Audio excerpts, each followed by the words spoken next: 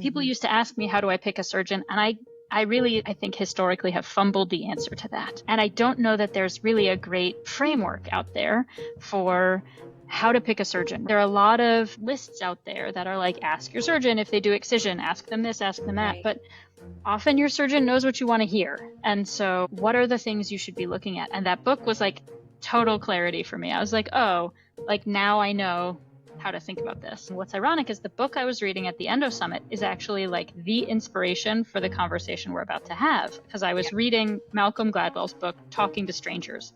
And the whole time I was reading it, I was like, oh, this is like, I'm having a clarity moment here about how we understand other people. And there's this one case of a spy that they talk about a lot, who was a CIA agent who was also a spy working, for the Cuban government. And why is it that no one picked up on these people being up to no good? And the truth is, some people did pick up on it. The people who hadn't met them, right? The people who were just looking at like, what have they written? What have they done? And people would repeatedly say like, hey, I'm pretty sure this is a Ponzi scheme. And then people would go interview Bernie Madoff and they'd be like, he's such a nice guy. It can't possibly, right? Like, he said he wasn't going to invade Poland. I'm sure he's not going to invade Poland. And like, we all know how these stories ended.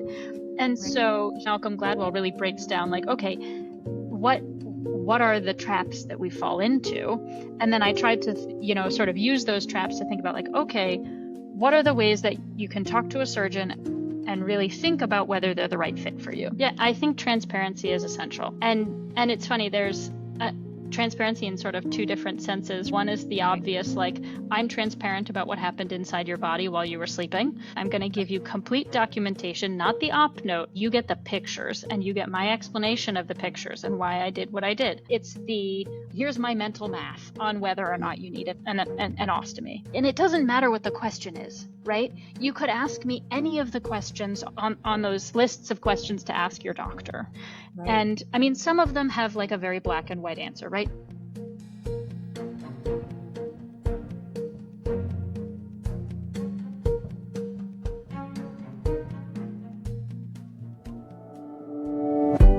Welcome to Endo Battery, where I share my journey with endometriosis and chronic illness while learning and growing along the way. This podcast is not a substitute for medical advice, but a supportive space to provide community and valuable information so you never have to face this journey alone. We embrace a range of perspectives that may not always align with our own, believing that open dialogue helps us grow and gain new tools. Join me as I share stories of strength, resilience, and hope, from personal experiences to expert insights. I'm your host, Alana, and this is Endo Battery, charging our lives when endometriosis drains us. Welcome back to Endo Battery. Grab your cup of coffee or your cup of tea and join me at the table. Today, I'm excited to welcome Dr. Melissa McHale, a gynecologic surgeon specializing in minimally invasive endometriosis surgery. Known for her compassion, patient-centered care, Dr. McHale combines advanced surgical skills with dedication to truly listening, educating, and creating individualized treatment plans. A graduate of Boston University School of Medicine, she completed her residency at the Johns Hopkins University Hospital before training for 2 years with internationally recognized endometriosis specialist, Dr. Andrea Vidali. She's also highly skilled in dynamic ultrasound to map and diagnose endometriosis. Dr. McHale takes a multidisciplinary approach, often collaborating with specialists from other fields, and has a special interest in patients with conditions like hypermobility, POTS, and MCAS. Her mission is to improve early diagnosis, reduce delays in care, and help patients everywhere reclaim their quality of life. I'm thrilled for you to hear from her today, so please help me in welcoming Dr. Melissa McHale to the table. Thank you, Melissa, so much for joining me today and sitting down at the table. I'm excited for this conversation for various reasons. Thanks for having me. I love your podcast, so I'm very excited to be here. That's very kind of you. No, I do. I mean, it's great that I get to sort of hear what other people think and how other people do stuff, So, when you're in the endo world, you want to see the other parts of the world. It's true. I'm excited to welcome you because, first of all, I saw you on social media, first time I'd ever seen you. And the thing I loved about you is that you are so funny and personable, and yet relatable, and you allow people who have endometriosis to see endometriosis in a different light, that it's not all serious, but there's lessons to be learned in it. How did you get into endometriosis? How did this become a thing for you? Well, actually, I first got interested in it in medical school, which I know is like a very uncommon answer because most people are like, I had 20 minutes of endometriosis Right. education in medical school, but I got very lucky. I went to BU and I did a rotation with Kip McKenzie, who is, like old school. He just retired, endometriosis surgeon, and he basically talked me out of general surgery and into gynecology, and like the rest is history. So I did that. I did my residency at Hopkins, and afterwards I trained with Andrea Vidali because I was like, I want all endo all the time, and this is the best way for me to get the skills I need. And it's just sort of snowballed, and now here I Yeah. am, all endo all the time.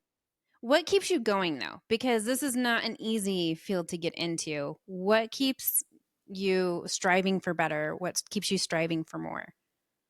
I would say there's two things. One is the patients, right? There's nothing more rewarding than hearing back from your patients, and I will say a lot of people in my life make fun of me for the texts I get. Like, I'm the only person I know where someone will text me like, I pooped this morning and I thought of you because it didn't hurt. And I'll be like, yes. And my husband will be like, what?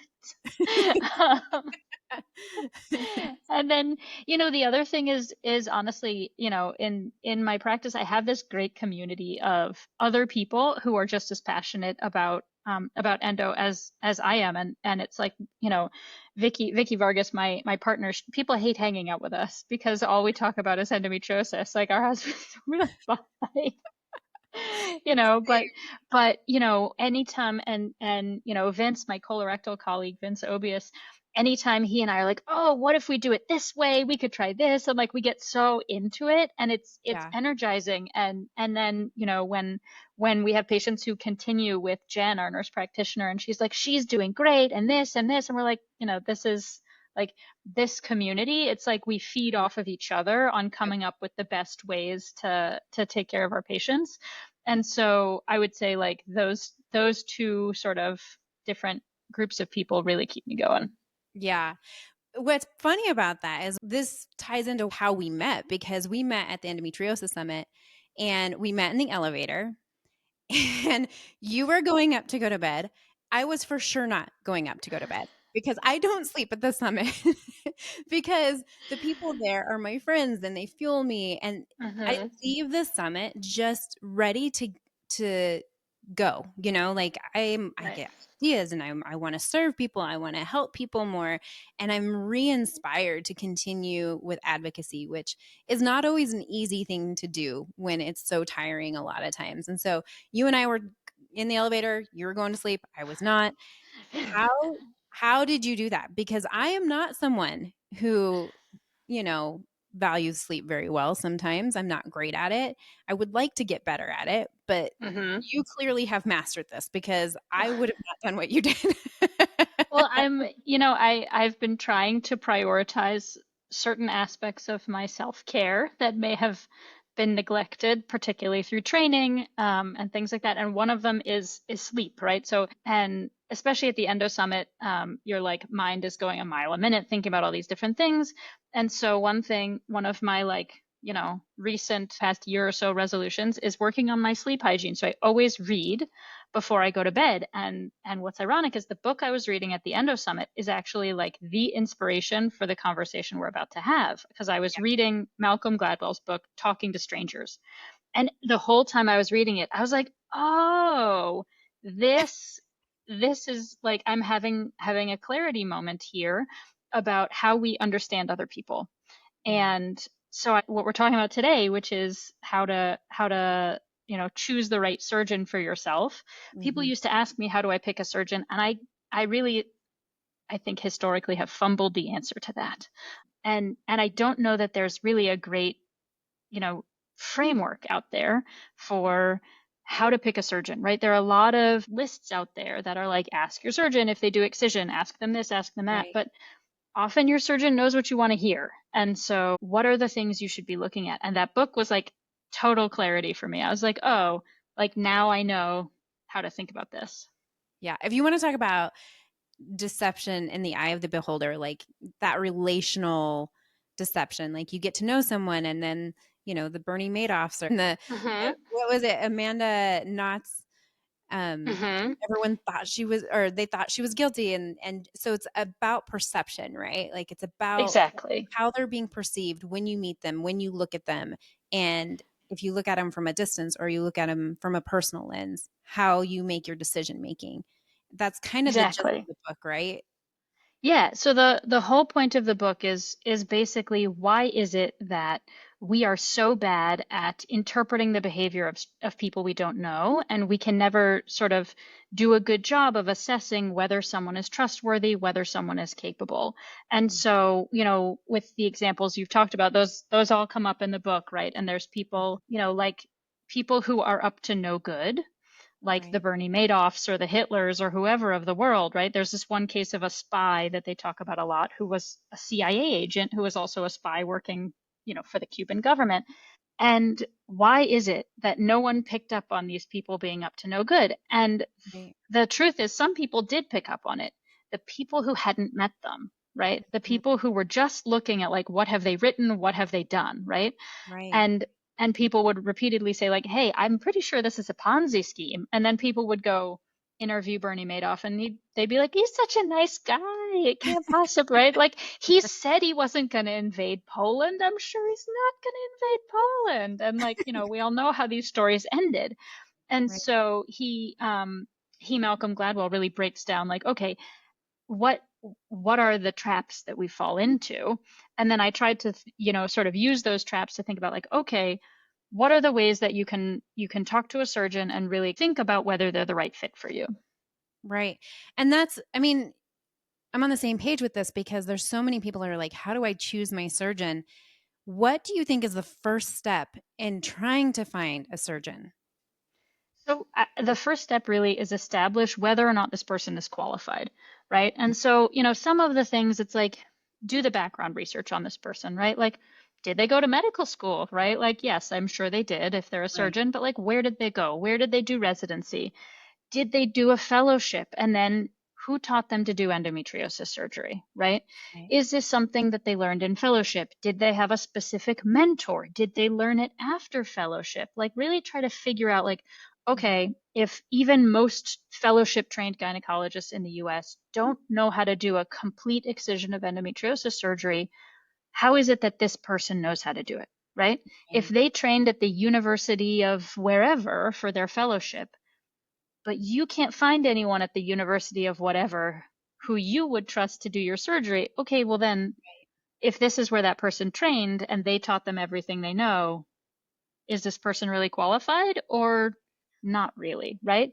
And Mhm. sometimes someone got extra training after fellowship. They were mentored by somebody. These kinds of things, everyone has a different journey and it's not always Right. necessarily about where they did fellowship, but figure it out. Don't be afraid to ask, like, when did this become your focus? Is this something you learned on your own? Did somebody teach you? Did somebody mentor you? Right? Mhm. If you wouldn't let their mentor operate on you, consider whether or not they should operate on you, right? Right. Like, Yep. and some of it's about personality, but a lot of it's about skill, right? And so Right. really look into where they learned to do that stuff. Right. Well, and I think that's something that is hard because as a patient, we don't always know who's credible and who's not. How do we decipher that as a patient if we don't really, you know, like you and I were kind of in this endo community pretty thick into it, so we know who's really good. We know who's credible. But for people who don't know and they're just starting this journey, how would you go about figuring out if someone is credible or not? So there's a few different things you can look at, right? There's all these different lists, right? People Mhm. talk about lists on social media and those kinds of things of who is qualified, who believes in excision, all those kinds of Right. things, right? You can look at the sort of reputation both from patients and we'll get into that more later in our discussion, like what are their reviews, that kind of stuff, but Right. also what do other doctors say about them, right? Mm. Because often, you can sort of tell what what doctors associate with other people whose whole world is endometriosis, right? If somebody is spending all of their time with other people who totally focus on endometriosis, it's because they're like you and me. They feed off of constantly thinking about how to get, better at providing endometriosis care, right? Right. Um, if they're like totally on their own, nobody refers to them, Mhm. they're not doing all of these things to forward their knowledge, then, that should give you pause. Yeah. Is there, I mean, we talk about red flags with surgeons. We've talked a little bit about like, if you don't trust them or you wouldn't have the other surgeons. What are some other red flags when people are researching these surgeons that we should be aware of? Yeah, that gets into the next element that I think you should be discerning online, which is whether or not somebody is trustworthy, right? Mhm. Is the surgeon trustworthy?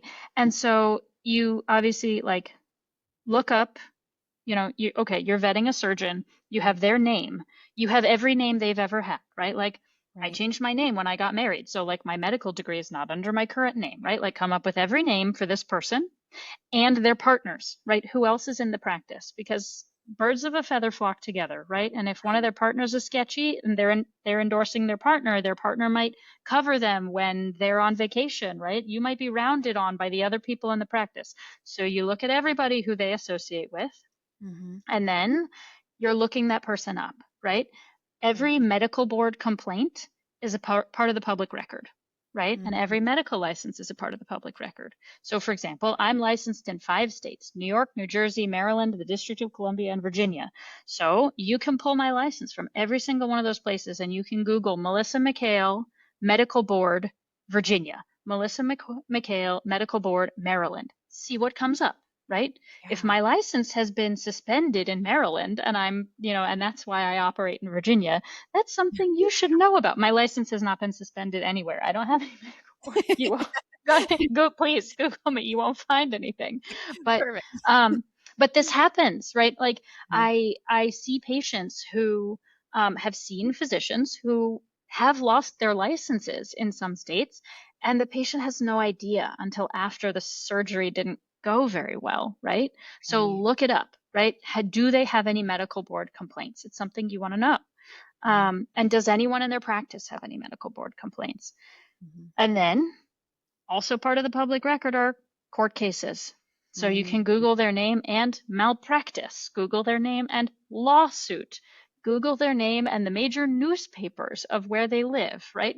Right. All of these things, like it's going to come up if they're getting into trouble or they're getting sued a lot, right? Like this kind of thing, it's not a secret. And so Right. if you go looking for it and they have, a track record of this, you'll find it. Yeah. And I think and you have to look at that and then you have to look at what the complaint is because I do know like there's certain providers that say do excision and others that don't believe in Mhm. excision and they're like they're taking too much tissue. Like there is that element of it. So you have to kind of like is Right. this valuable information to me? Is this going to break my trust or is this you know skill set or is this, so I think that you have to look at Totally. all of that. It's not just Right. like, oh, they have a complaint. I'm not going to use them. You have to look through that. Yeah, absolutely. There's a difference between, they lost their license for gross negligence and like Right. someone sued them over something that wasn't malpractice and like, Right. it didn't go anywhere. Obviously, like every surgeon has complications. Every single surgeon, if you're doing high volume of surgery, you're going to have complications. And the more complex the cases you're taking on, the more likely you are to have complications, right? If you're doing ablation of endometriosis, for people who don't have complex disease, you're going to have a really low complication rate, right? But that's not what you want. Right. And so I think it's very important to like read these things and take them with a grain of salt. If someone got sued over something that isn't, a known potential complication of something and it wasn't malpractice, obviously like that's not a reason to not see a surgeon. Right. And I mean, malpractice is one thing. And so you just have to kind of like weed through that. And that's what's tricky about this disease is like, if you aren't familiar enough, it can be challenging. And that's one thing that I always tell people like, get a community, talk to Mhm. those people in the community. I think understanding the surgeons and how they operate is key. The other thing that I think is important is not everyone has access to pay out of pocket, or they don't have access to be able to, see a specific surgeon. Mhm. What would your take be on the financial aspect of that too? Because that does play a role in how we choose our surgeon. Hmm. And I think it's really important as a patient to both think about your financial limitations and Right. also think about the financial pressures that a surgeon might be under, right? Right. And it's not, this is not something where I would say to you, like, do or don't have surgery with someone based on the financial setup of Right. their practice. But it is something to be aware of, right? Do they own their own practice, or are they owned by private equity? Do they work for a for-profit hospital? These are all things that it's just important to know because someone both faces different pressures Right. of how long they get to spend with you and how many cases they have to do a week and all those things based on who they work for. Hmm. And similarly, like, if they work for in a practice where the people making most of the decisions are either people in finance or hospital administrators, those Right. people are going to say, you can't cut this person a discount for surgery. No matter how bad their case is, no matter how much they're suffering, no matter their financial limitations, it costs what it costs. And that's not up to you, right? Surgeons who own their own practice do have more wiggle room. And so as you're thinking about what your financial barriers are, also ask them. When you make an appointment, you can ask what it costs to see the doctor. You can ask what the out of pocket cost for surgery is. And you can say, do you guys ever offer discounts for people with financial hardships? Do you offer payment plans? Like, these are all reasonable questions to ask. It's not insulting to ask how much it costs, right? Just like if you were, if you're buying or paying for any other service, it's reasonable to ask what it costs. Right. You can ask your doctor what it costs. And if they can't tell you, or no one, often it's not the doctor who has that conversation, but if whoever the administrator is or the coordinator or whoever can't tell you how much it costs, then, that's sort of, oh, like, they often can't tell you specifically, right? Right. Often it's going to be like, well, your deductible is this and your out of pocket maximum is this, right? They can't always tell you exactly what the cost is going to be, but they should be able to set reasonable expectations. And if you're self pay, because you don't, Right. it's an out of network practice and you don't have out of network benefits, then yes, it should be a specific dollar amount. This is what it's going to cost you. Right. Well, and I think too, is it worth, when we're talking about the trustworthiness, is it worth looking into what doctors are being paid from pharmaceutical companies or surgical Absolutely. companies, things like that? Are those things that we should be looking for as well when we're looking at the financial aspect of finding a surgeon? I think looking at whether or not someone is paid by a pharmaceutical company is always valuable. I don't think it disqualifies a surgeon, right? Right. But if your surgeon got fit, $15,000 last year from the makers of Lupron, then like you should ask them, like, how does this impact your practice? What do you do with this? And again, you should feel at liberty to ask your doctor about those kinds of things. Yeah. I think one of the things that, we kind of alluded to this a little bit, but the surprise billing aspect of endometriosis. So, asking what your price is going to be for this surgery also means that you probably need a preoperative workup to know exactly what you're going to be charged for. How do you recommend going about that? Is this, figuring out how your provider, the one that you're considering, is practices? Do they do imaging first? Do they do the price check first? Like, what is your recommendation for that aspect of surgery and pricing? I mean, I think it's very reasonable to ask, like, what does the appointment ahead of time cost, right? Right. And then what the workup is determined by the visit you have with the doctor, right? Some Right. doctors are doing like dynamic transvaginal ultrasound and really like mapping endometriosis in the office and those kinds of things. Some doctors aren't doing that, right? Right. And people obviously charge differently, sometimes depending on whether or not they do the ultrasound, but Right. sometimes they don't, right? Sometimes it's included in the visit, but certainly I wouldn't. I wouldn't choose a surgeon because they do less workup and therefore Right. it's the workup is cheaper, right? Because and I think we'll get into this more later, but preparation is essential for surgery, and I think Yeah. that I'm a big believer that all of the preoperative workup is critical, and so Right. depending on who you are and what your case may need, the workup may be different. Yeah. It's interesting that we are like talking about the workup because it's not something that I had really considered prior to my excision surgery. And I wish I would have because I think it sets patients up better knowing what they're going to have done in the operating room. And I think that if you're on 100%. the same page with your surgeon, you have a better outcome. I Hmm. think that just planning is huge. And so looking at, okay, how do they do the billing for this? And do they include the preoperative imaging or consultation or whatever? I think that should be part of the consideration in choosing a surgeon. Um, Hmm. because I think it speaks volumes about their approach to your care. It's individualized at that point. Right. Just that's my personal take on that. Right. And I totally agree with you. I think at the you can figure out that financial piece before you Right. decide to meet with them.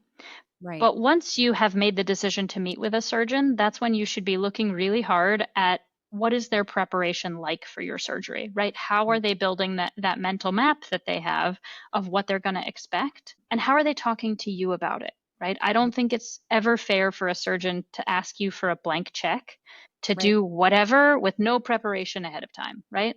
Right. I have a colorectal surgeon in my practice, which means that like if you need a bowel resection, you're going to get a bowel resection, Right. but you should be prepared for how likely it is that that's going to happen, right? And Mm, so that's what I find is essential, is that expectation management. right. So when I'm doing the dynamic ultrasound in the office, I'm actually looking at your rectal wall, right? Like I can look at the muscular wall of your rectum and I can trace it from, where it leaves your body all the way up to your pelvic brim. And so there are patients where I can say, like, look, here, like, see this line? We're following it up, and right here, it's fused to the back of your cervix. And see this bump here? Like, this is something that looks like an endometriosis nodule.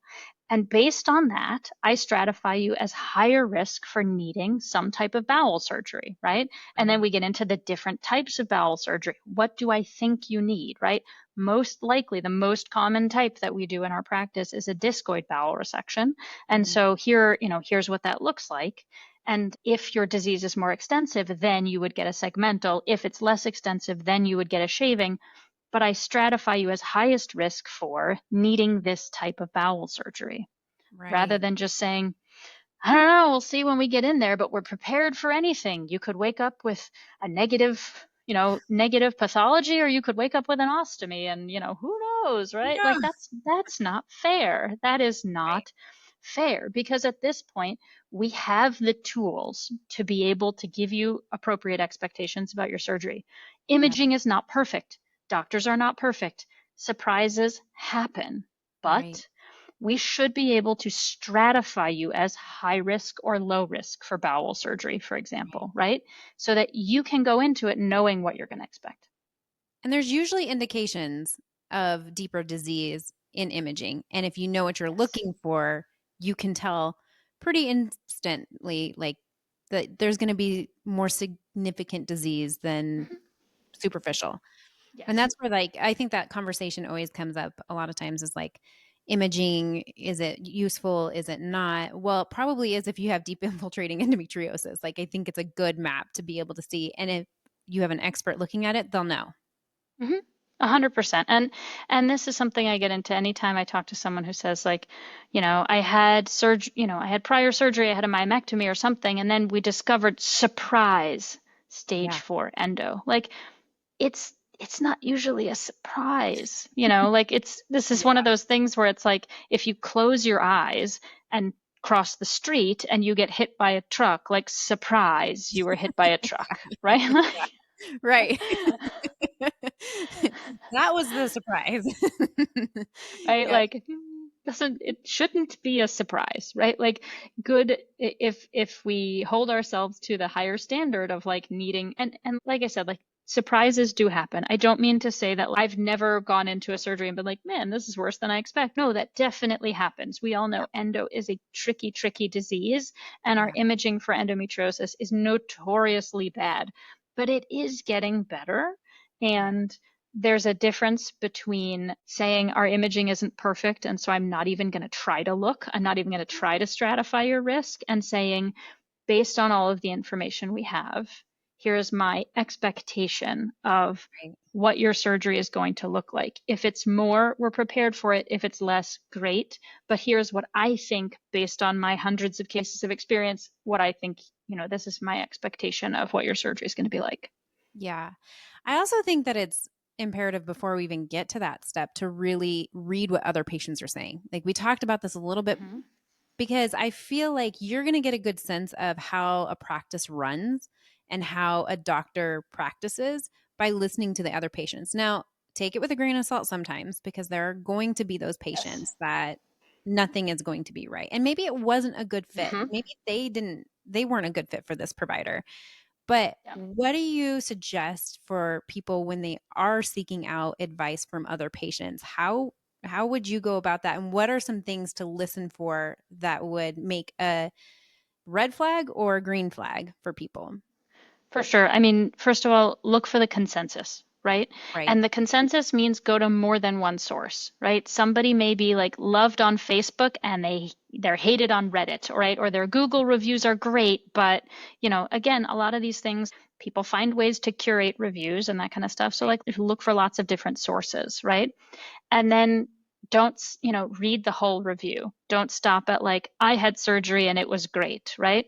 Because sometimes it's like, I had surgery yesterday and it was great. And you're like, okay, you may still be under the influence of anesthesia if you like just woke up from surgery and you're writing this review, right? Right. And it doesn't really speak to like the long-term experience of how you feel. And that's okay.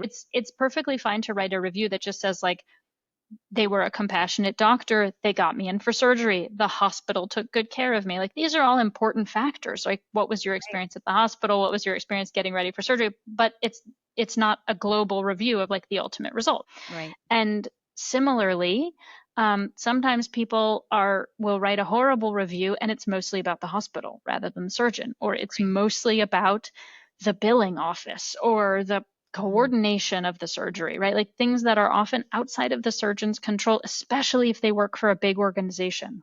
If Right. your surgeon works for a hospital, they're not in control of who's scheduling the surgeries or what time your surgery was or the billing or any of those things. If they work for such and such hospital, all of those things are out of their hands. Right. So especially if they have bad reviews working for that hospital and they don't even work there anymore, Mhm. definitely I would, right? Like don't bring that review into your thought process. Yep. And sometimes, another thing to keep in mind is sometimes there will be they'll say like this doctor is wonderful, and then when they describe the course of treatment, it gives you pause. Like we Mhm. were just talking about, surprises. If they're Right. like the doctor was wonderful, they believed my pain, they got me in for surgery, and then they were surprised that I needed a bowel resection, so I have to come back for surgery in a month or two, Right. but they were really fantastic, right? Like that's something that should give you pause. And Right. again, I'm not saying that should disqualify them as a surgeon because surprises happen. And so if your surgeon was surprised and the, general surgeon on call is someone they don't trust to operate on you, you would rather come back for another surgery than have bad surgery, right? Right.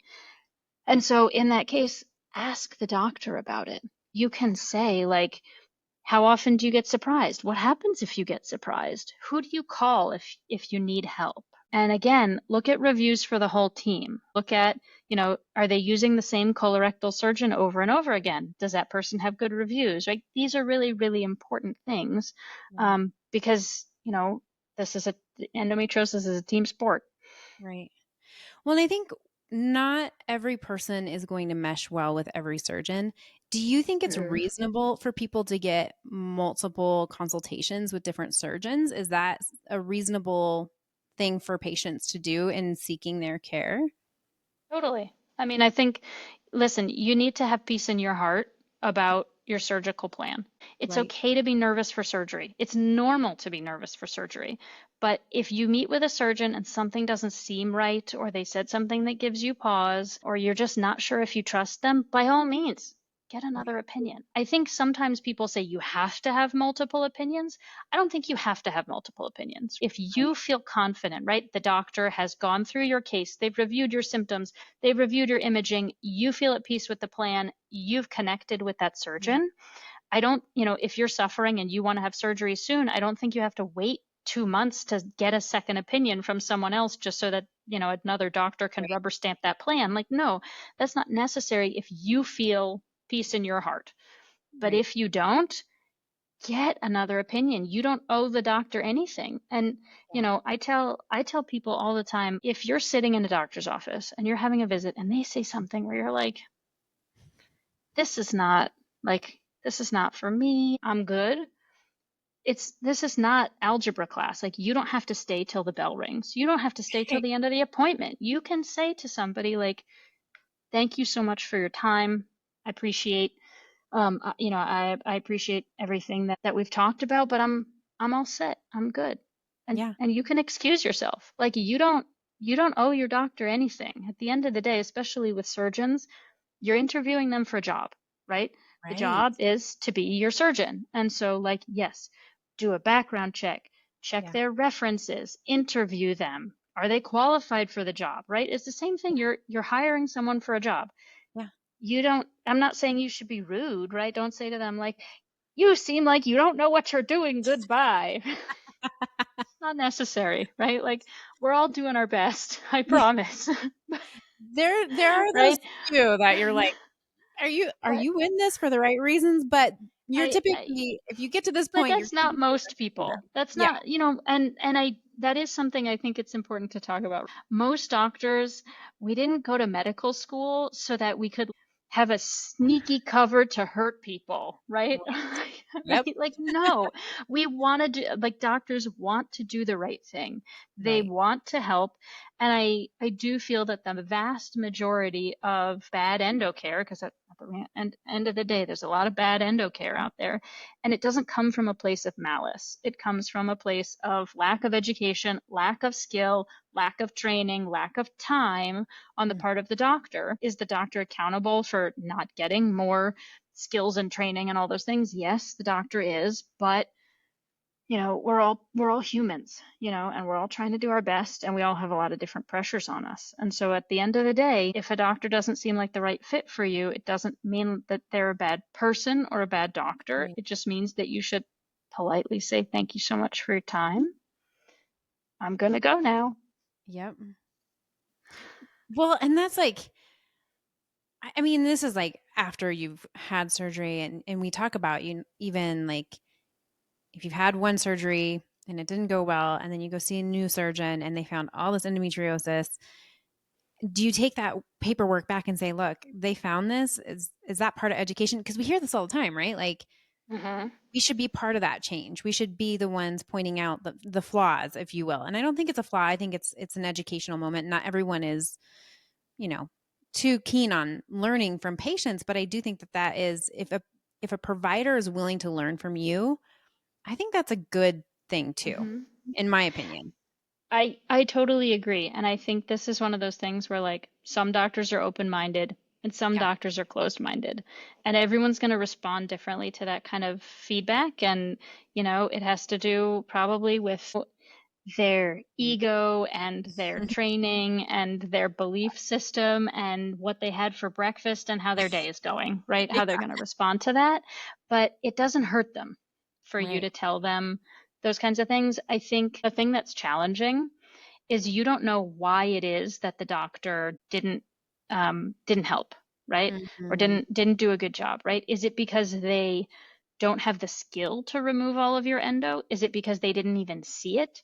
Right. Or, like, I know a lot of doctors who I actually think do have the skill to remove endo, but they firmly believe it doesn't help.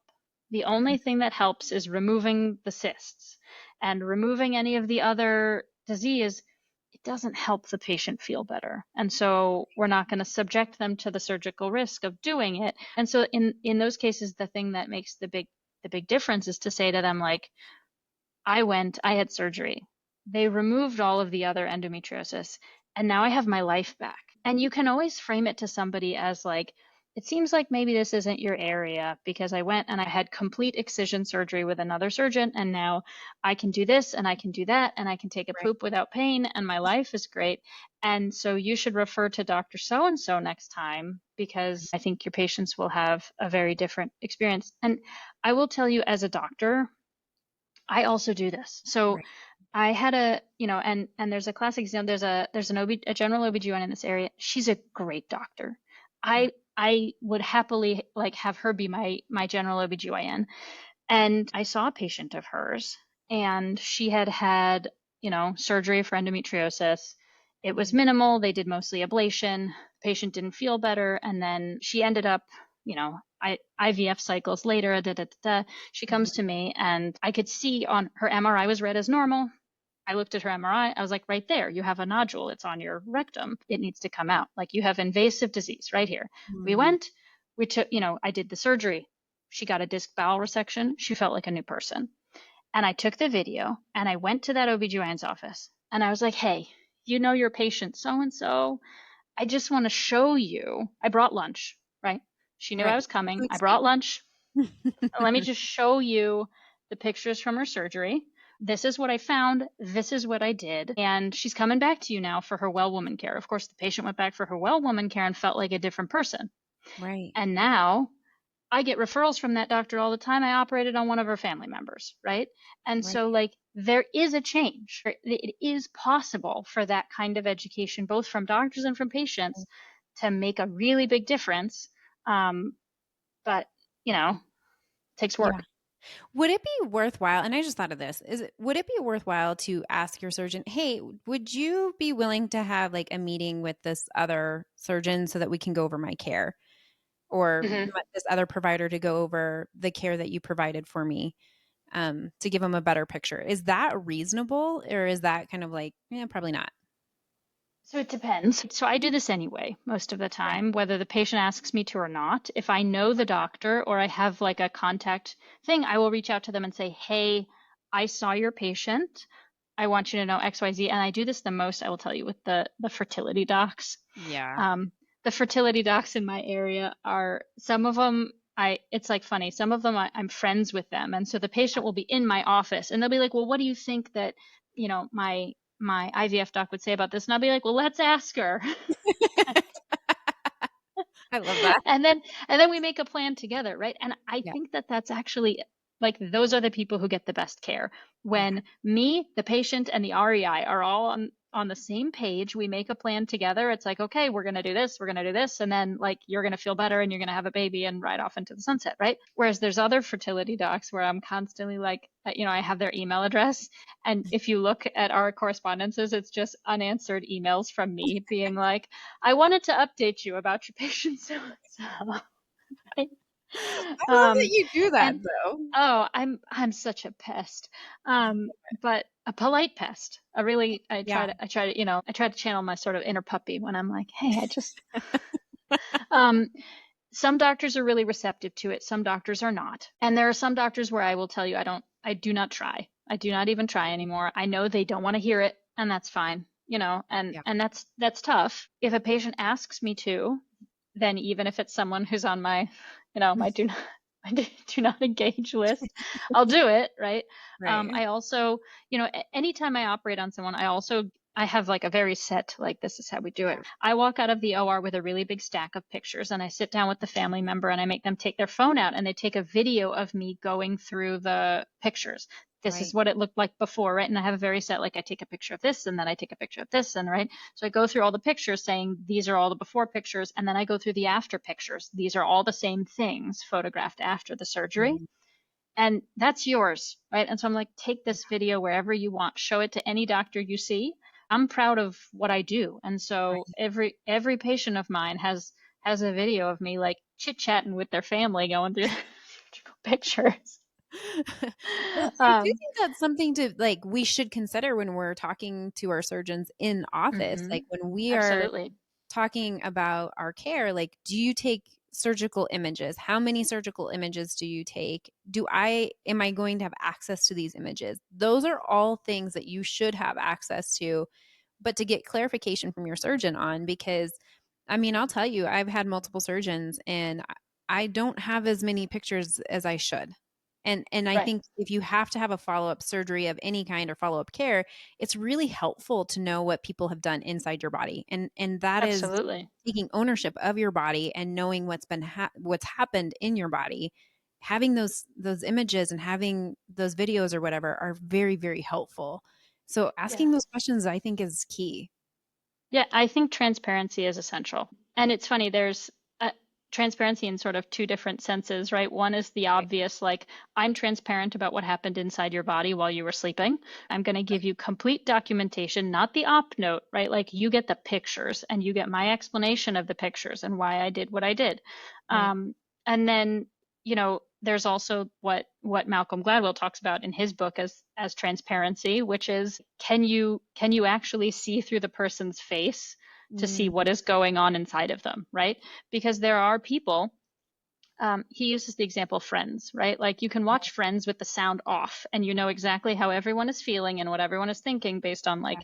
like, the way that David Schwimmer's face looks, right? With a doctor, you can't always do that, right? Because someone will seem super, super confident Hmm. even if they have no idea what they're doing. And so he gets very much into ways to figure out if someone's outside Yeah. matches their intentions. And I think that that's sort of the really important thing. And I think that one of the best ways to assess that actually is watching how they answer questions. And I think this is again, once you've gotten to the point where you did all of that vetting beforehand, right? You read all the things online, you looked them up, you've read their reviews and all that stuff.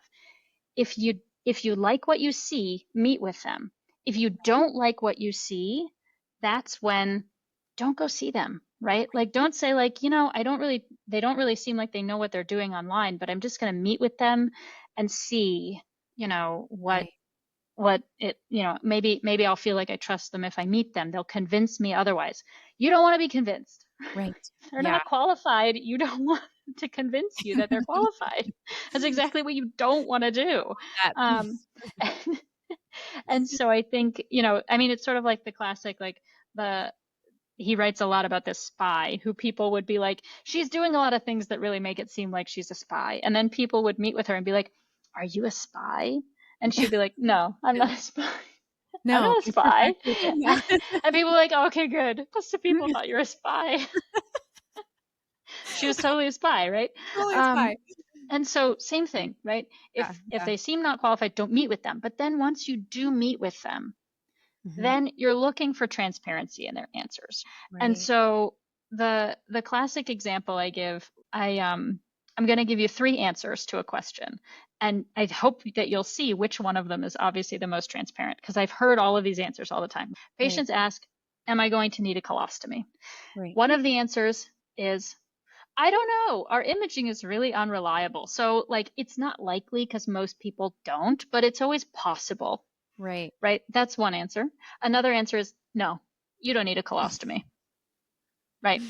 No way. Yeah. Blanket Another, statement. right?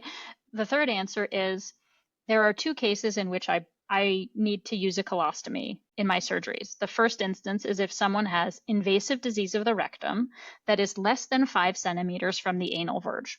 In those cases, you will need a temporary protective ostomy for 8 to 12 weeks to allow that anastomosis to heal, and then your colostomy will be internalized.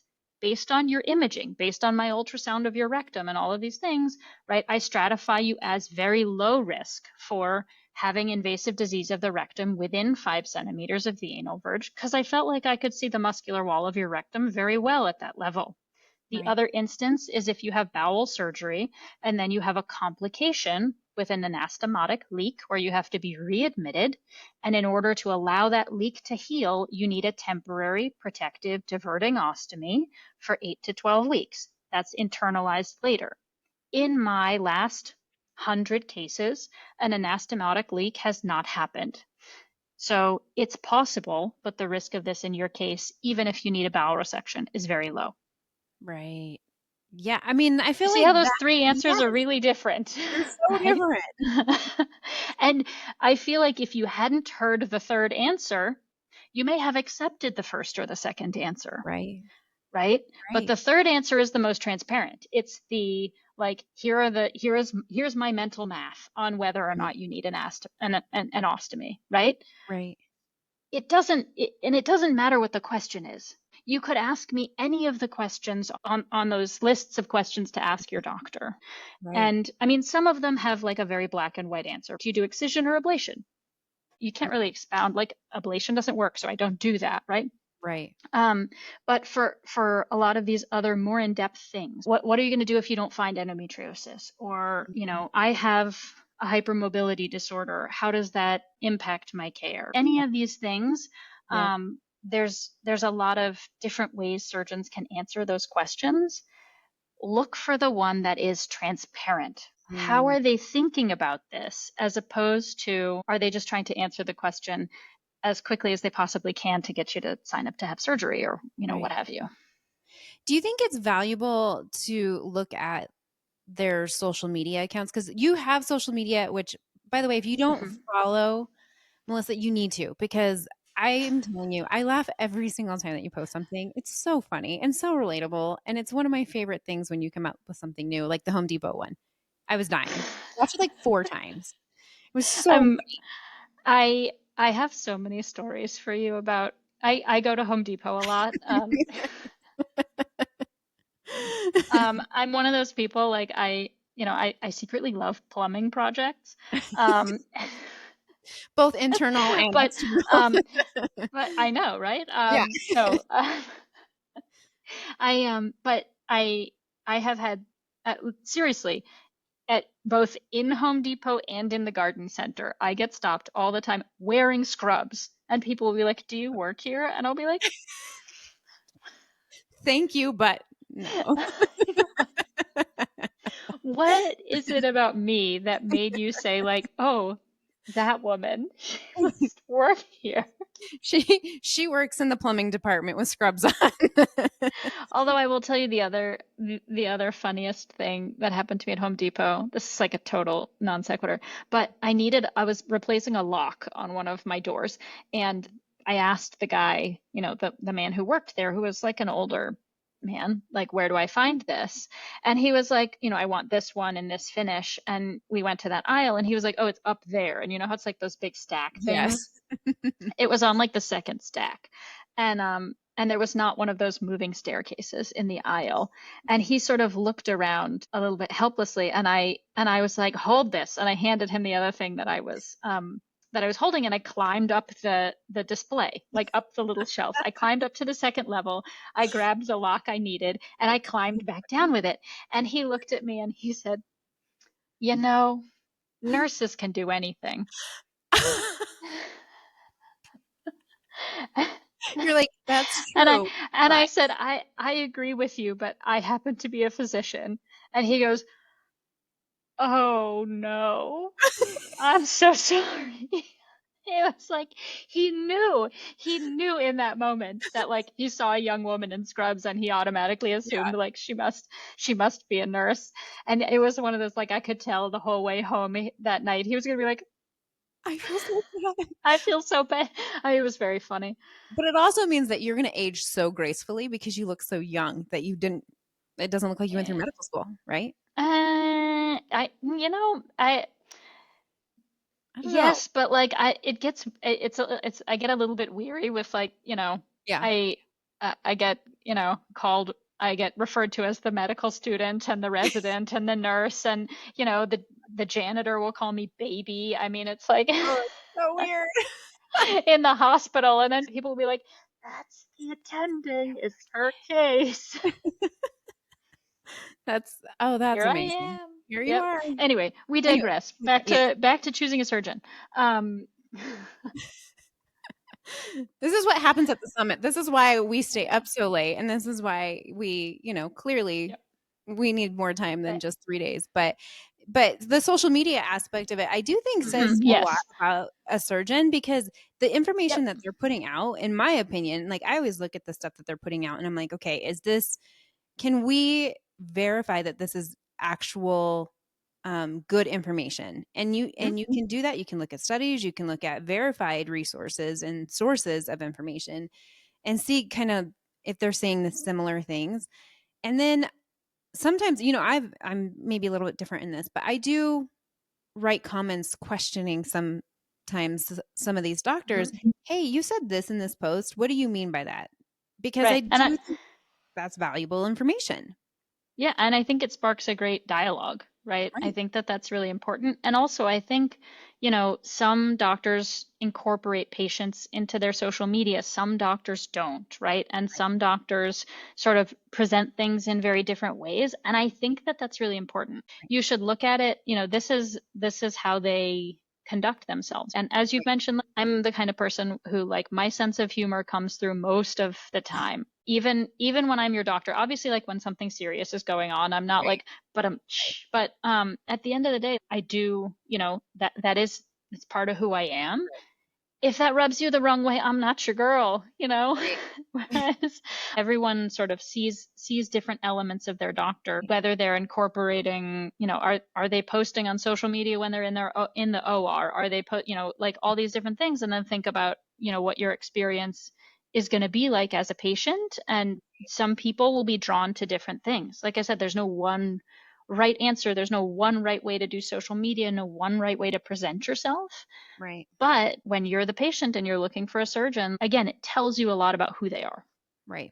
Yeah. I think it gives you a good picture into what it would look like for you as a patient in that operating room and Mhm. as a patient of theirs. But I also think you have to follow that up if you go to those providers in how you talk to your surgeons. What are some things that Mhm. you should be asking the surgeon in the room to best prepare you for your surgery?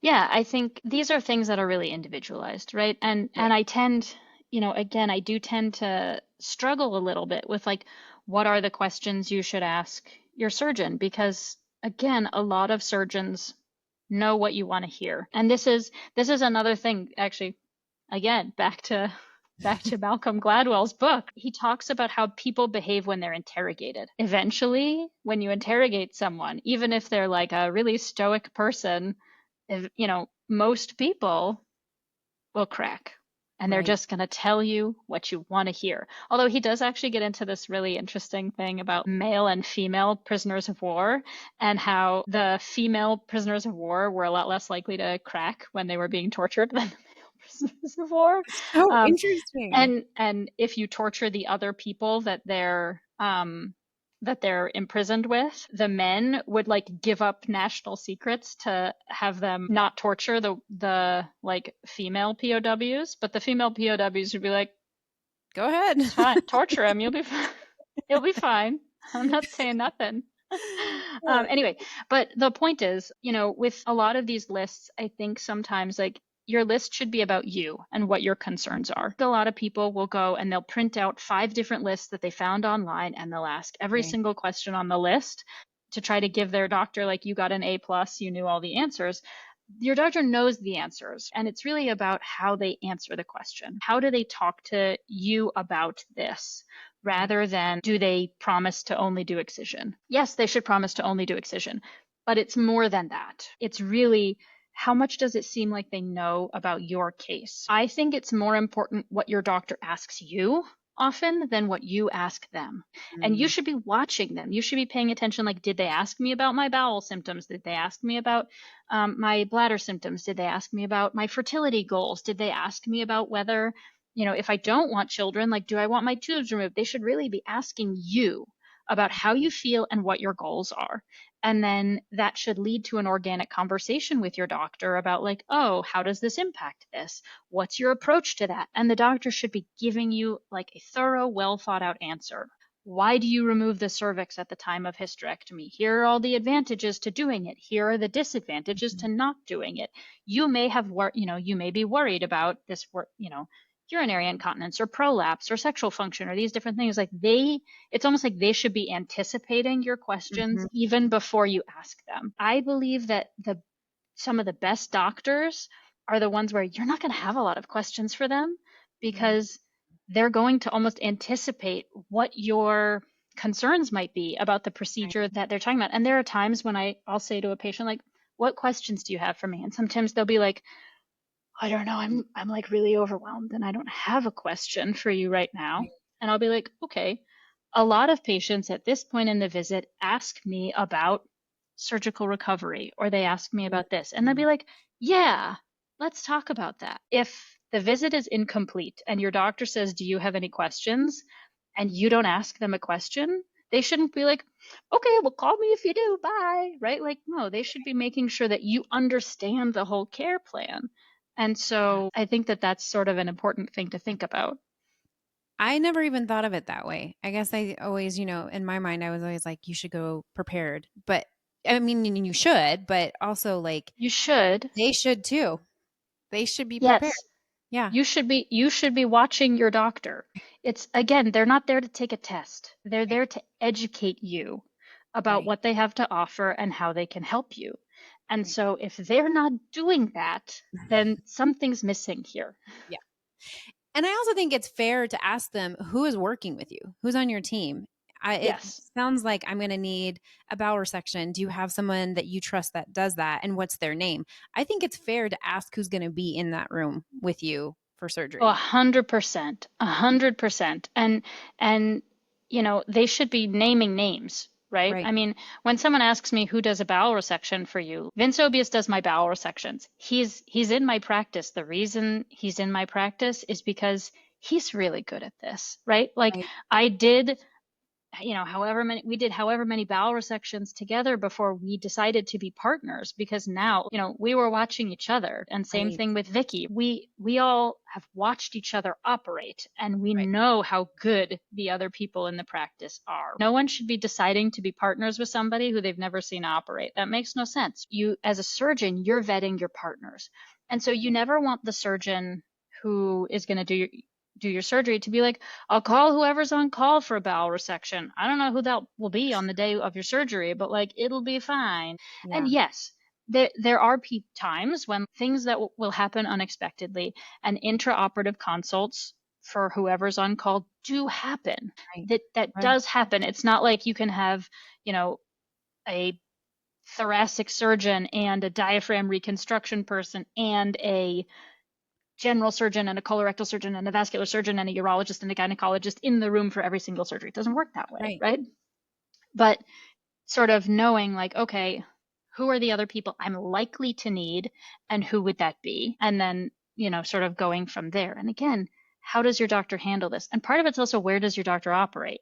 If Right. your doctor's in a hospital where, like, if they call whoever's on call, that person's going to be good, or they know those people, that's a very different situation than, they operate in a place where, like, they don't have any friends, right? Right. Doctors should have friends. They should have lots of friends in other specialties.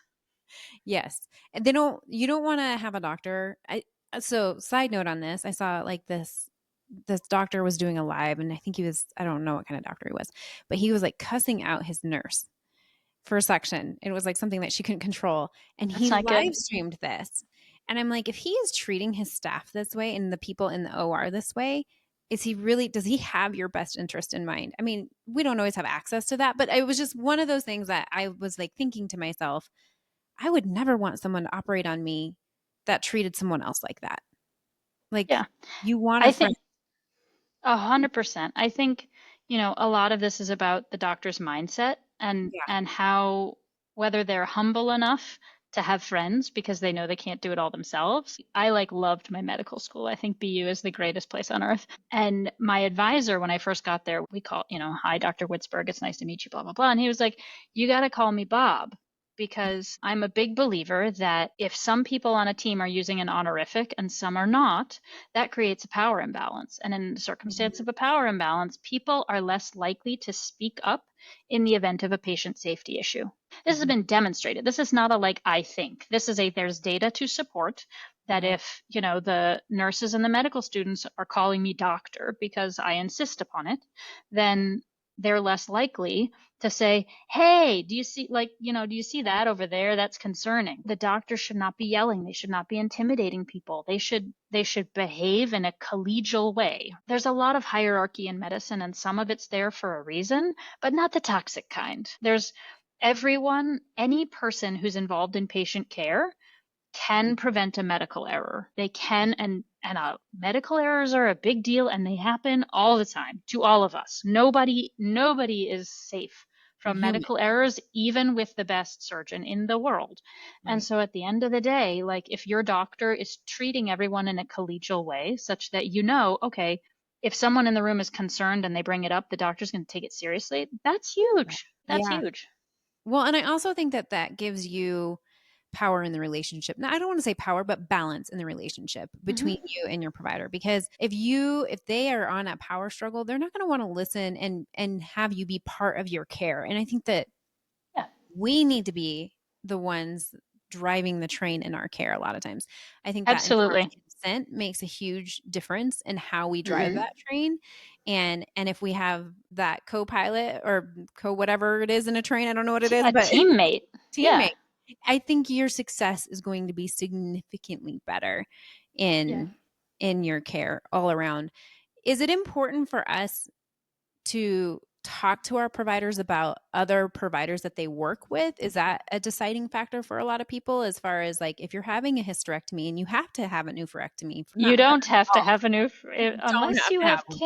unless you have cancer or a familial cancer syndrome and someone tells you you have to have a new oophorectomy, I think you should get a second opinion. Yeah. That said, I it seems like what you're getting at is post-operative management, right? Like Yes. if you're having ongoing symptoms after surgery, how is your doctor going to handle that and do they have a Right. plan? And I think Right. that is it's one of those things where it's tough, right? Because some people do travel for care and it's important if someone's going to travel for care Mhm. that they ask you about this, but Mhm. obviously there's more barriers there, right? But for example, in our practice, we have someone built into the practice. We have a nurse practitioner who focuses on hormone replacement therapy, hormonal suppression for people who need it, a lot of sex medicine, right? Sexual pain, that Mhm. kind of stuff. Yep. And then just a lot of the non surgical elements of pelvic pain. And we have her there specifically for this reason. Not only is she more available than a surgeon to help patients with this on an ongoing basis, she's actually better at it. Like at the end of the day, like I'm a big believer in staying in your lane. If a Yeah. problem's not surgical, someone who's not a surgeon is often the best person to deal with it. Right. And so often when people go to the surgeon, the patient will say, I'm still having symptoms. And the doctor will be like, well, I guess you failed surgery. And it's like, no, you failed surgery. Like, Yeah. get out of here, right? And sometimes the answer is like, no, pelvic pain disorders are like bananas. They Yes. often grow in bunches. And so the right answer is like, okay, we've fixed this element of it. What things might remain that can be treated to actually get you feeling better? And who's the right person to quarterback that part of your care? Because often the answer is the surgeon's not the best person for that. And Right. it's okay for your surgeon to not be everything, everyone and everything for your care, right? And I don't think it's wrong, but your surgeon should have a plan. They should have somebody where like, this is the person that we have available to you to manage this on an ongoing basis for you. And sometimes if you travel for care, then if they have that person in your practice, for example, with us, you can see that person in consultation and then you can do telemedicine with them going forward because you've met them. And there's so many murky laws around telemedicine, but at the end of the day, like often doctors can have a plan for this if you Right. ask them. Right. I mean, I feel like this is a really good roadmap to finding someone that's going to suit you best. Are there any other pieces of advice or tidbits that we can take away to help us navigate finding the right surgeon or provider for us? I would say, this is one of those things again, go through all of these different things, look at the objective things. If the Right. objective things don't add up, then you meet them. If you meet them and your gut tells you something's not right, Yeah. listen to it. You need to feel like you have a therapeutic bond with your doctor. And so at the end of the day, I'm not the right doctor for everybody, and I'm okay with that. Look for someone who is the right doctor for you. We're all, everyone's looking for something different when they're seeking care, and it's okay to listen to that feeling, be like, you know what, they're really qualified, but something about them rubs me the wrong way. You can find another really qualified person to see. Don't trade the qualified person for an unqualified person who seems really nice. Please don't do that. But you can find a different, really qualified person who you vibe with. Right. And Yeah. that's who you should go with. Yeah. And these are all things that I think we've heard like the general answers, but these are also tangible things that we can do to find a really good provider for us. But it is going to take a little bit of work if you want quality care. I think we have to put the work 100%. in, unfortunately, to find that. But that being said, you have created a document where people can take this and kind of go down the list, and it kind of explains different pathways to figuring out if someone is the right provider for them. So everything that we've talked about today, you have been amazing to put into a form that people can take and they can fill it out for themselves so that they can just map out their plan and map out their provider to figure out who's best for them. So thank you for doing that. I will put that on my website. I will put that on the bottom of this description of the episode so you can find it there as well. Last pieces of advice or pieces of wisdom that you would want to bestow on someone, what would it be? I would say if you're not finding what you're looking for, keep looking. Yep. There are people out there who can help you. Don't settle. Yep. And then also go follow Melissa on her Instagram, what is your handle? This is Dr. Melissa McHale. I didn't have like a creative thing. I couldn't do it. The creativity is in the posts, okay? I try. Yeah. I try. They're so fun. And so I think that it's good to just laugh in this disease because it can take a toll. So I appreciate when especially doctors come with humor. I don't know why. It just brings so much joy to me. So thank you for doing that. And thank you for taking the time to sit down with me and to go over all of this and to make a sheet for us to learn more.